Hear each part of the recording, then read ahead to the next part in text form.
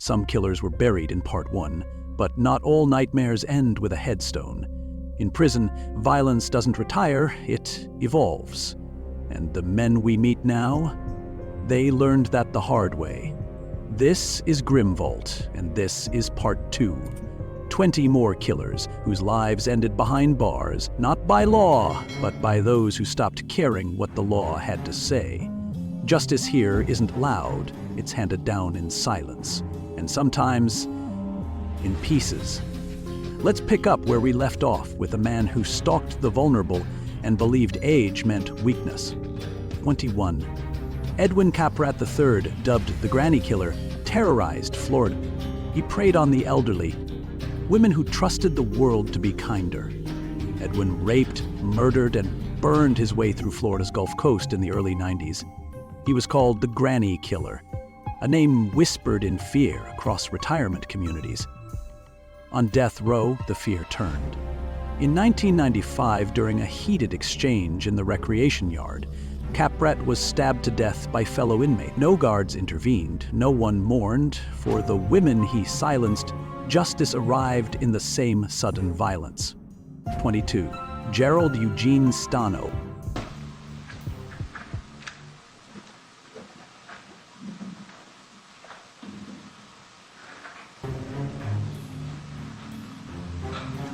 He would like to have his sentencing jury convene for purposes of determining appropriate sentence. He wanted to confess, but what he really wanted was to be remembered. He claimed to have killed 41 women. Some believed him, others believed he was fed the names. A killer or a compulsive liar? No one could say for sure. What they knew was this: the bodies were real, the grief was real, but the truth, that stayed buried. In 1998, Stano sat silently in Florida's electric chair. No final words, just one last exhale. Like a name never spoken. 23. Karl Pansramm. Karl Pansramm didn't beg for mercy. He mocked it.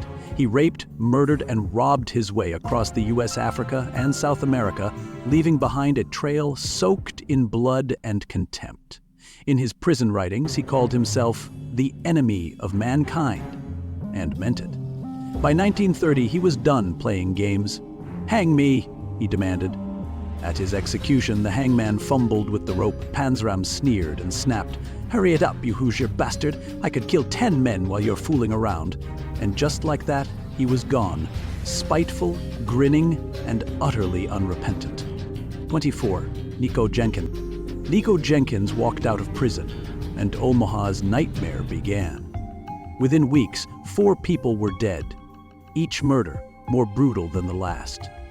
Jenkins said he was carrying out sacrifices to appease Apophis, the Egyptian god of chaos. At trial, he smeared his face with blood, carved symbols into his skin, spoke in tongues. This case has been delayed for years, leaving 4 families wondering what will happen to the man who killed their loved ones. This panel finds that the death penalty is appropriate, should be, and is hereby given for each of the 4 murders by the defendant. 4 death sentences and another 12 convictions, each with 45 to 50 years in prison. That is what the 3-panel judge ruled in the Nico Jenkins case. Psychiatrists couldn't agree, schizophrenic, possessed, or just evil. Today he sits on Nebraska's death row, isolated, agitated, listening. In his mind, the gods still whisper. The blood was just the beginning. 25. John Albert Gardner III. A predator with a paper trail, and still he walked free. Gardner had already attacked. The warnings were loud, but the system blinked. In 2010, 2 California teenagers, Amber Dubois and Chelsea King, disappeared. Gardner had abducted, raped, and murdered them. The aftermath wasn't quiet. It was rage with a heartbeat. What is your plea? Guilty. Sex offender John Gardner has pleaded guilty to killing 2 teenage girls from the San Diego area. The 31-year-old agreed to enter the pleas in the deaths of 17-year-old Chelsea King and 14-year-old Amber Dubois. Accepting this plea has been an extremely difficult decision. We have the evidence to pursue a murder charge against the defendant for Chelsea's murder, but not for Amber's murder. In exchange for the pleas, prosecutors will not seek the death penalty. Amber vanished more than a year ago, and the investigation produced few solid leads. That is, until Chelsea disappeared last February near the site where Amber went missing. Gardner was arrested 3 days later and initially pleaded not guilty to murdering Chelsea. But prosecutors say he was linked to the crime by DNA found on the teen's clothing. He now faces life in prison without parole. Laws changed. Supervision tightened. Politicians offered outrage behind podiums. But none of that mattered to the families who buried their daughters. There's nothing satisfying about this moment. It's only one more unbearably painful day that we'll have to carry in our memory as long as we live. Gardner now rots in a cell, alone, silent. Not for repentance, but because no one can hear a monster when the world stops listening. 26.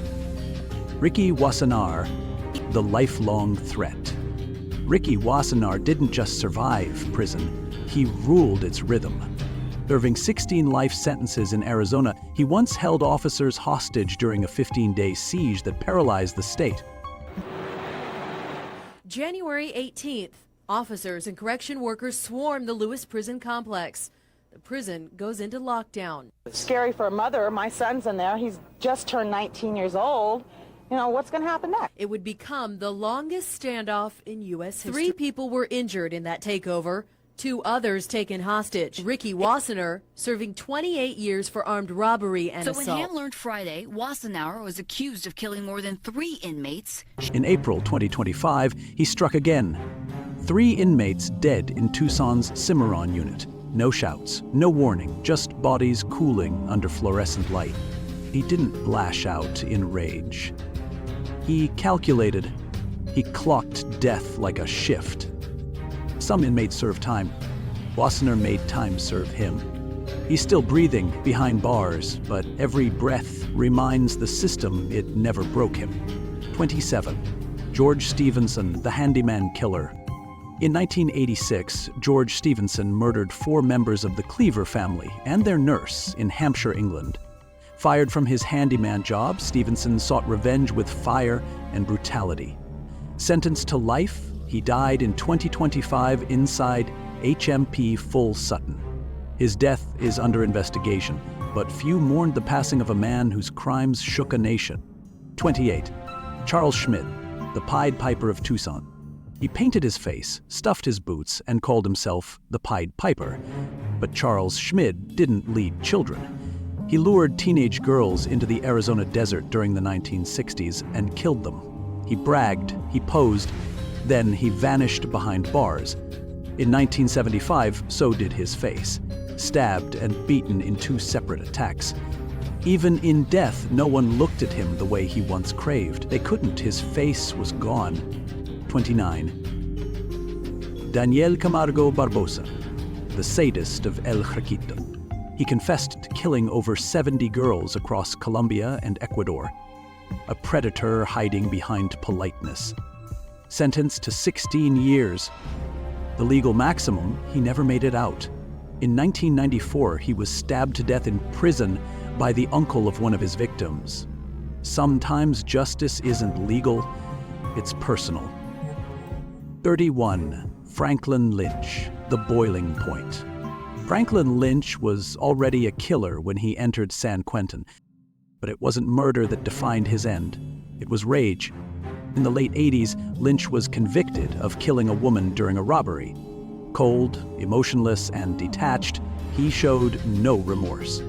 Inside, he kept to himself, but he watched, listened, and judged. When he was moved into a cell with a man serving time for child abuse, something inside him cracked. One morning, guards found Lynch standing over the body, covered in blood, muttering prayers. His cellmate had been stabbed over 30 times with a sharpened toothbrush. Lynch never explained why.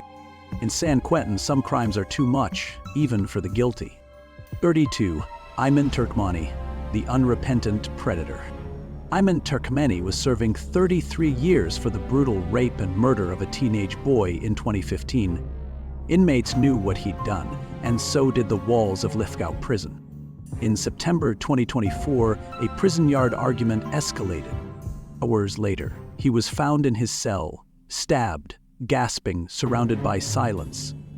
CCTV captured shadows slipping in, none slipping out. Turkmani didn't stand a chance. He was the second to die that way in New South Wales that year. Even monsters get hunted. Eventually. 34. Leo Johns, betrayed by Brotherhood. Leo Johns was a member of the white supremacist prison gang, Soldiers of Aryan Culture, SAC. In March 2014, fellow SAC members Ricky Fackrell and Christopher Kramer decided to discipline Johns for violating gang rules by gambling and drinking. Their version of discipline was fatal. They stabbed him to death inside USP Beaumont. Both were convicted of first-degree murder and sentenced to death in 2018, proving that in prison, even alliances can be deadly. 36. Alexander Maslich, the cannibal of Black Dolphin. Inside Russia's Black Dolphin prison, fear wears many faces. One of them was Alexander Maslich. Convicted of multiple murders, he didn't stop killing once locked away. In one horrific incident, he and fellow inmates dismembered a cellmate and tried to eat him. They claimed it was to feign insanity. But prison officials knew better. Maslich didn't fake madness, he embodied it. In 2015, the violence stopped. But no one mourned, because some monsters are only quiet when they're dead. 37. Diego Kasanova, the prisoner killer. In Argentina's most feared prisons, one name still haunts the walls: Diego Kasanova. He murdered 5 fellow inmates, no warning, no remorse. One strangled with a towel, one beaten unconscious, one disemboweled with a spoon. There was no pattern, no provocation, just opportunity and silence. Guards shuffled him from cell to cell, trying to stop the blood trail. They failed. Now locked in solitary, Kasanova walks in circles. But even in isolation, his presence lingers. The halls remember what he did, and sometimes they still flinch. 38. Rodney Cameron, the Lonely Hearts Killer. Rodney Cameron used Lonely Hearts ads to bait women searching for connection. He offered charm, then offered death. Caught in the 1970s for 2 murders, the courts gave him another chance. In 1990, he used it to kill again. Emerald died in 2025 while serving a life sentence in Australia. No confession, no regret, just silence. He entered prison wearing a smile. He left it a warning. Some people don't deserve redemption, just a door that never opens again. 39. Joshua Wade, Alaska's cold-blooded killer. Joshua Wade hunted in the silence of Alaska. 5 murders confirmed, more suspected, all brutal. He was a predator who hid behind ice, distance, and the failures of a justice system not built for men like him. In 2024, while imprisoned in Indiana, Wade died suddenly. No cause given, just a body in a cell. The investigation went quiet. He took lives, he took peace. And in the end, he took the truth with him. 40. Daniel Lee Sbert, the Southside Slayer. He called himself an artist. But what he sculpted was suffering. From 1979 to 1986, Daniel Lee Sbert murdered across the U.S. college students, sex workers, women who trusted the wrong smile. He used charm like bait, then he used knives to erase them. The courts gave him a death sentence, but nature beat them to it. In 2008, Sbert died of cancer in an Alabama prison infirmary. Not by needle, not by rope, just a slow, painless death, nothing like the ones he gave. He left behind no remorse. only unfinished portraits of lives he stole. They thought the bars would protect them. But monsters don't fear cages. They feed inside them. This is Grim Vault, and these were 20 killers who never walked back out. Subscribe for more stories the system tried to bury. Subscribe to Grim Vault.